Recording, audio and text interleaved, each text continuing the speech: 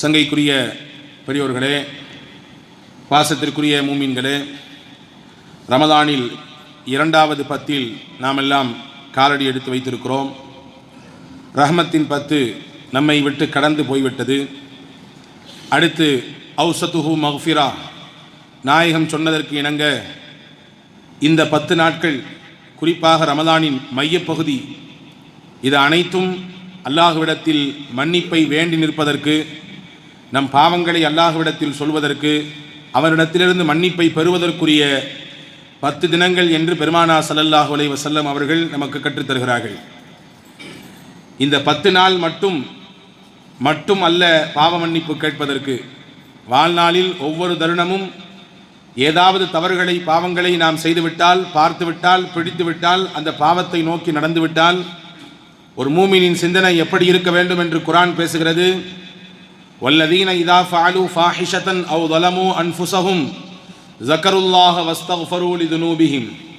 மூமின்கள் எப்படி இருப்பார்கள் என்றால், இதா ஃபஅலு ஃபாஹிஷதன், அருவருப்பான காரியங்களை, பாவங்களை அவர்கள் செய்துவிட்டால், ஸக்கருல்லாஹ், அல்லாஹ்வை அவர்கள் நினைத்து பார்த்து, உடனடியாக வஸ்தக்ஃபரு லிதுனூபிஹிம், தாங்கள் செய்த பாவத்திற்கு மன்னிப்பை தேடிக்கொள்வார்கள், மன்னிப்பை பெற்றுக்கொள்வார்கள், அதை காலதாமதம் செய்ய மாட்டார்கள் என்று அல்லாஹ் சொல்கிறான்.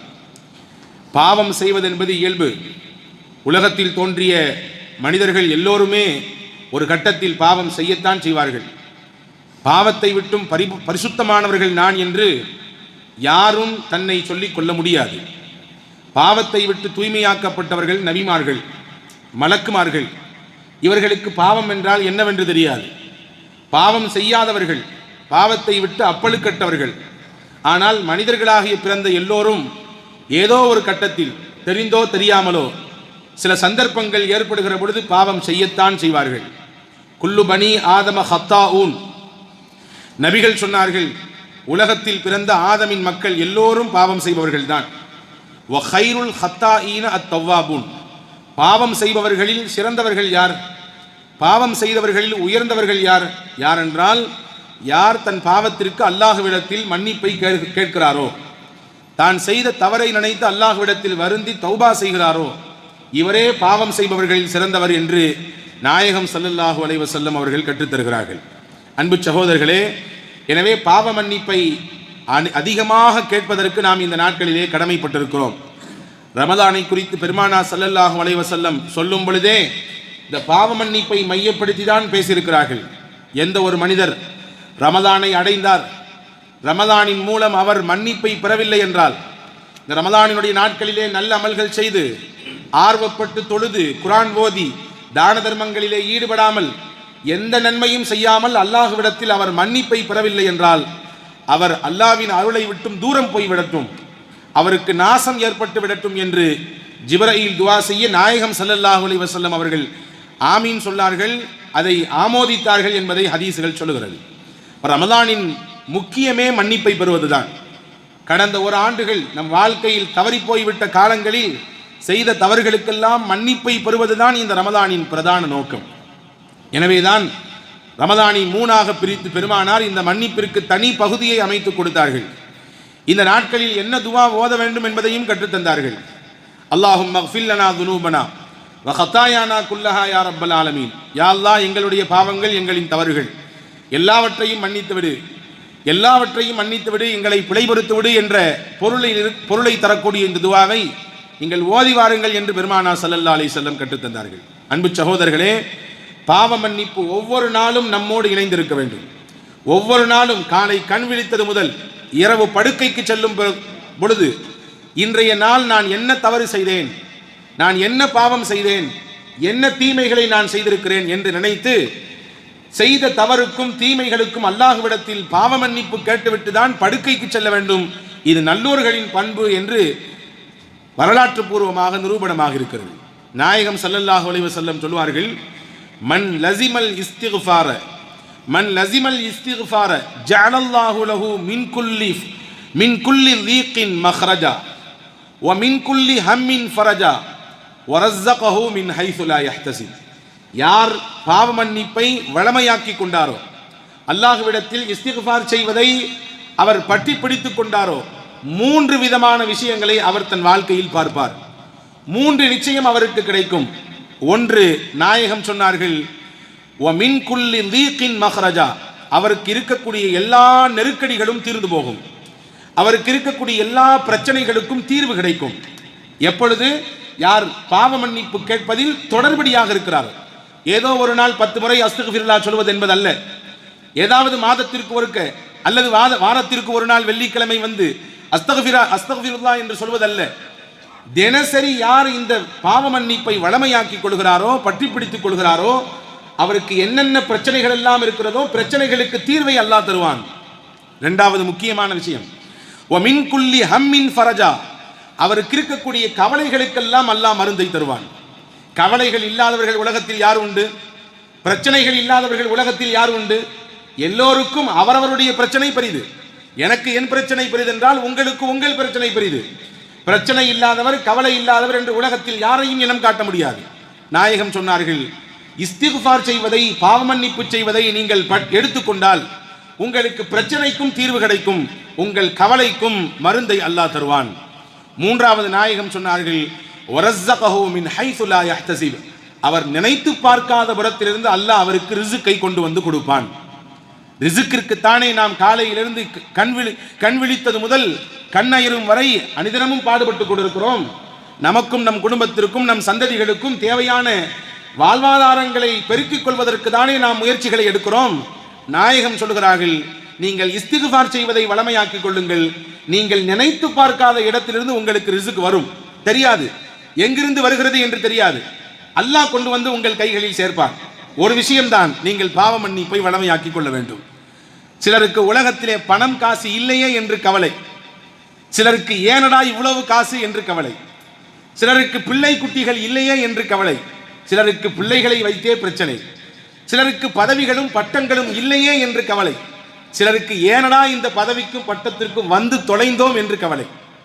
இப்ப கவலையும் பிரச்சனையும் இல்லாதவர்கள் உலகத்தில் யாரும் இல்லை. இப்ப கவலைக்கும் பிரச்சனைகளுக்கும் மருந்தாக நாயகம் கற்றுத்தருகிறார்கள். ரொம்பவும் எளிமையானது, நீங்கள் பாவ மன்னிப்பை தினசரி செய்து வாருங்கள்.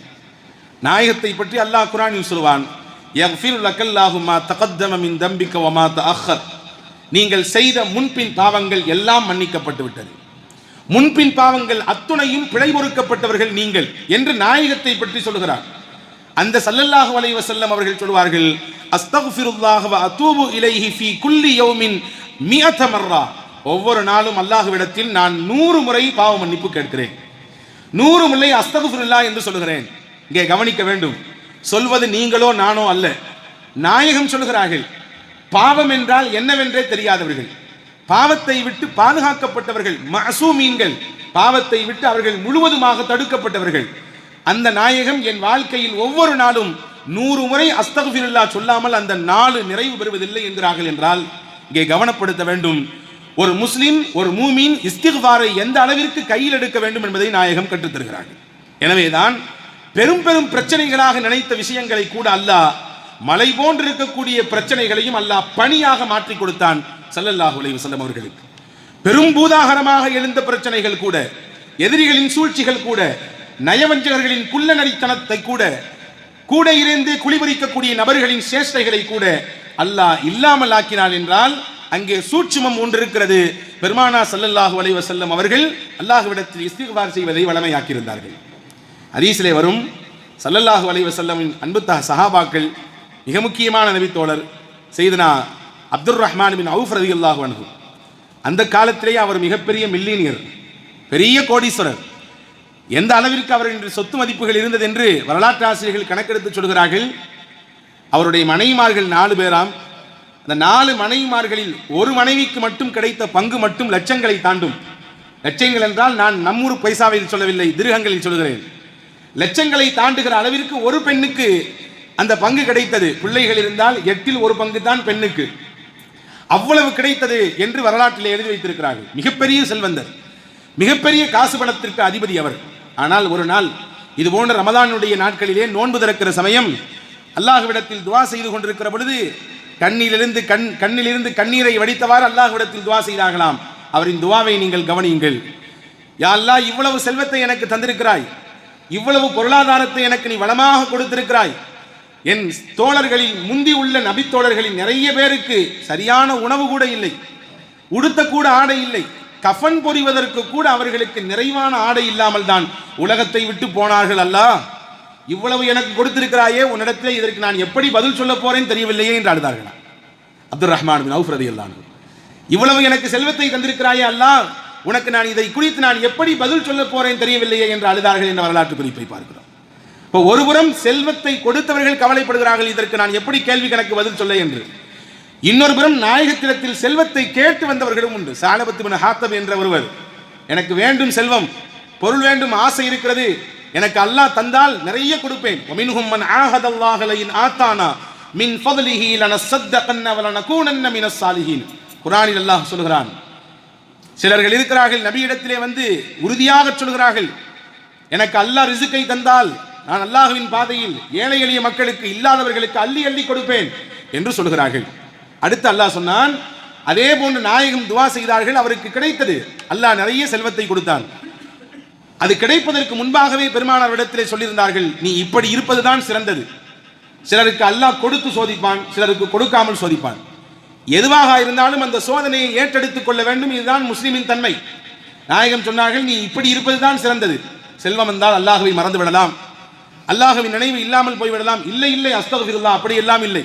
நான் நினைவோடு இருப்பேன், என் பொருளாதாரத்திற்கு என்ன பங்கையோ அதை சரியாக கொடுத்து விடுவேன் என்றெல்லாம் சொல்லிவிட்டு தான் போனார். ஆனால் காசும் பணமும் வந்த பிறகு எல்லாம் மறந்து போனது, எல்லாம் மறந்து போனது. அல்லாஹ்வை மறந்தார், ரசூலை மறந்தார், ஜக்காத்தை மறந்தார், தொழுகையை மறந்தார். ஒவ்வொரு வக்தாக மிஸ் பண்ணியவர் கடைசியிலே ஜும்மாவை தவறவிட்டார். ஜக்காத் எதுக்கு நான் தர வேண்டும் என்று பேசினார். வரலாற்றை அதை முடிக்கிற பொழுது குர்ஆன் முடிக்கும், அப்படி செல்வம் கொடுக்கப்பட்டவர், எல்லாம் தருவேன் என்று சொன்னவர், செல்வத்தின் மீது ஆசை வைத்தவர், கடைசியிலே அவரிடத்திலிருந்து ஒரு பைசா கூட வாங்கக்கூடாது என்று அல்லாஹ் சொல்லிவிட்டான். நாயகமும் வாங்கவில்லை, நாயக தோழர்களும் வாங்கவில்லை. அப்படியே அவர் உஸ்மான் ரலியல்லாஹுவின் காலத்தில் மரணித்து போனார் என்ற செய்திகள் இருக்கிறது. அன்பு சகோதரர்களே, நான் எதற்கு இதை சொல்கிறேன் என்றால், சிலருக்கு கவலைகள், அந்த கவலையினுடைய தீர்வாக எதை தேடுகிறார்கள். ஆனால் அல்லாஹ் சொல்கிறான், உங்கள் கவலைக்கும் உங்கள் பிரச்சனைக்கும் தீர்வாக நீங்கள் எதை வையுங்கள்? மக்ஃபிரத்தை வையுங்கள், பாவ மன்னிப்பை வையுங்கள். இந்த உம்மத்திற்கு கிடைக்கப்பட்ட மிகப்பெரிய வரம், பாவ மன்னிப்பு கேட்டால் அல்லாஹ் மன்னிப்பான். இந்த முஸ்லிம் உம்மத்திற்கு, குறிப்பாக நாயகம் ஸல்லல்லாஹு அலைஹி வஸல்லமுடைய உம்மத்திற்கு மட்டும் சில பிரத்யேக விஷயங்கள் அல்லாஹ் தந்தான். பிரத்யேக விஷயங்கள். அதிலே முக்கியமானது போரில் கிடைக்கப்பட்ட கனிமத் பொருட்கள். போரில் வெற்றி கொள்ளப்பட்டு கிடைக்கப்படுகிற கனிமத் பொருட்களை அல்லாஹ் இந்த உம்மத்திற்கு ஹலாலாக்கி வைத்திருந்தான். முன்பெல்லாம் அப்படி கிடையாது. முன்னால் இருந்த சமூகத்திற்கு அவர்கள் வெற்றி கொள்ளப்பட்ட பொருட்களை எடுத்து ஒரு குவியல் குவித்து வைப்பார்கள். வானிலிருந்து வரும் ஒரு பெரிய நெருப்பு அப்படியே கரித்துவிடும், அவங்களுக்கு ஹலால் இல்லை. ஆனால் இந்த உம்மத்திற்கு ஹலால். அதே போன்றுதான் அல் அர்து குல்லுஹா மஸ்ஜித். இந்த முஹம்மது ஸல்லல்லாஹு அலைஹி வஸல்லம் உம்மத்திற்கு மட்டும்தான் பூமி எல்லாம் பள்ளி. தொழ வேண்டும் என்றால் பள்ளிவாசலுக்கு வந்து தொழுவதன் மூலமாக இரட்டிப்பாக பன்மடங்கு நன்மைகள் உண்டு. அதே நேரத்தில் தொழுகை நேரம் தவறி போய்விடும் என்ற அச்சம் இருந்தால் எங்கு வேண்டாலும் சுத்தமாக இருந்தால் தொழுது கொள்ளலாம். ஒரே ஒரு கண்டிஷன் தான், பூமி சுத்தமாக இருக்க வேண்டும். நீங்கள் விரிப்பை விரித்து தொழுது கொள்ளலாம். இது இந்த உம்மத்திற்கு மட்டும் அல்லாஹ் கொடுத்த தனிச்சிறப்பு. முன்னால் உள்ள உம்மத்திற்கு எல்லாம் இல்லை. இந்த குறிப்பிட்ட இடத்தில் போய் தான் தொழ வேண்டும், நேரமானாலும் பரவாயில்லை. அதே போன்றுதான் இந்த உம்மத்திற்கு கொடுத்த மிக தனிச்சிறப்புகளில் ஒன்று, அசுத்தம் நம்முடைய ஆடையில் பட்டுவிட்டால் தண்ணீர் விட்டு அதை கழுகி கொண்டால் போதும். தண்ணீர் விட்டு கழுகி கொள்ளலாம். மூசா அலைஹிஸ்ஸலாமுடைய சமூகத்திற்கெல்லாம் அசுத்தம் பட்டுவிட்டால் அப்படியே கத்திரியை வைத்து அந்த இடத்தை வெட்டி எறிந்து விட வேண்டும். கத்திரியை வைத்து வெட்டி எறிந்து விட வேண்டும். ஆனால் நபிகள் நாயகம் ஸல்லல்லாஹு அலைஹி வஸல்லம் அவர்களுடைய உம்மத்திற்கு அல்லாஹ் தண்ணீரை கொண்டு சுத்தம் செய்து கொள்ளுங்கள் போதும் என்றார்.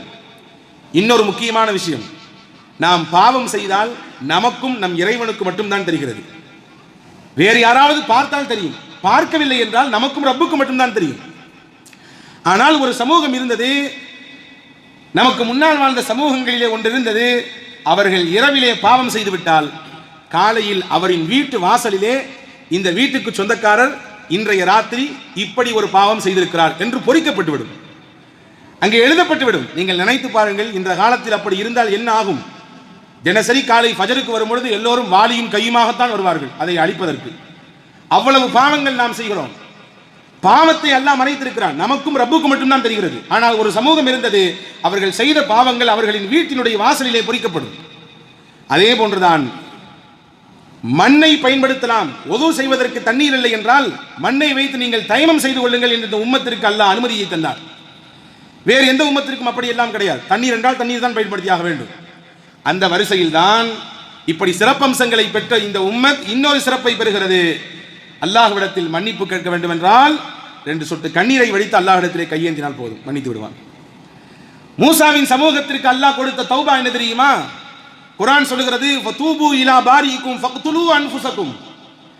அல்லாஹ்விற்கு நீங்கள் இணை கற்பித்து விட்டீர்கள். மூசா தூர் சீனா மலைக்கு போகிற சமயத்தில் நீங்கள் அந்த விக்கிரகங்களை வணங்கிவிட்டீர்கள். இப்பொழுது இணையாகிவிட்டது. இதற்கு மன்னிப்பு உங்களுக்கு வேண்டும் என்றால் உங்களை நீங்களே கொல்ல வேண்டும், தற்கொலை செய்து கொள்ளுங்கள். நீங்கள் வைத்திருக்கக்கூடிய அந்த ஆயுதங்களை வைத்து நீங்களே உங்களை மாய்த்துக் கொள்ளுங்கள் என்று அல்லாஹ் சொன்னார். அதுதான் உங்களுக்கு தௌபா. அந்த உம்மத்திற்கு தௌபா அதுதான். அதை செய்தால் அவர்களின் பாவம் மன்னிக்கப்பட்டுவிடும். நாளை மறுமையிலே அவர்கள் சுத்தமாகி விடுவார்கள். ஆனால் இந்த உம்மத்திற்கு அப்படியெல்லாம் இல்லை. தௌபா செய்ய வேண்டும் என்றால் 2 ரக்காயை தொழ வேண்டும். உட்கார்ந்து அல்லாஹ்விடத்திலே 2 சொட்டு கண்ணீரை வடித்து, கண்ணீர் வரவில்லை என்றாலும் பரவாயில்லை, வருவதை போன்று கொஞ்சம் பாவனை செய்தாவது அல்லாஹ்விடத்திலே மன்னிப்பை கேட்டுவிட்டால் நிச்சயம் அல்லாஹ் மன்னிக்க தயாராக இருக்கிறான் என்று பெருமக்கள் சொல்லித் தருகிறார்.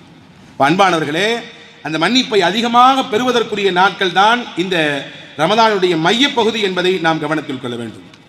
அல்லாஹ் ஜல்ல ஷானஹு வ தஆலாவின் நபிமார்கள், உலகத்தில் அனுப்பப்பட்ட நபிமார்கள் எல்லாரும் பாவ மன்னிப்பு கேட்டிருக்கிறார்கள். ஹதீஸிலே வருகிறது, ஹஜ்ரத் பாபா ஆதம் அலைஹிஸ்ஸலாம் கேட்ட துஆ தான் குர்ஆனில் பதிவாக இருக்கிறது. ரப்பனா ஸலம்னா அன்ஃபுஸனா வ இல்லம் தக்ஃபிர் லனா வ தர்ஹம்னா லனகூனன்ன மினல் காசிரீன்.